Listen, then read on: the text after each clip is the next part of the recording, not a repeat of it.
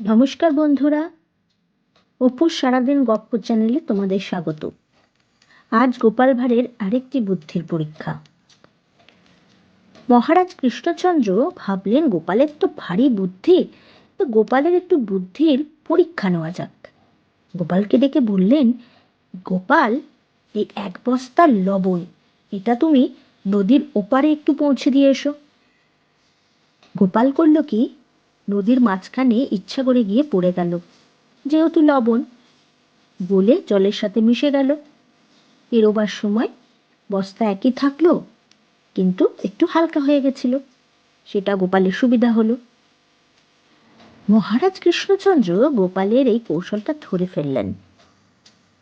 গোপালকে তারপর বললেন, এই 1 বস্তা তুলো, এটাও তুমি নদীর ওপারে পৌঁছে দিয়ে এসো। গোপাল করল কি, তুলোর বস্তাটা মাথায় নিয়ে এগোতে লাগলো।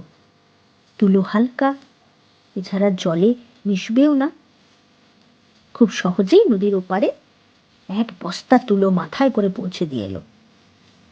মহারাজ কৃষ্ণচন্দ্র গোপালের প্রশংসায় বললেন, না গোপাল, তোমাকে জব্দ করা আমার সাধ্য নয়।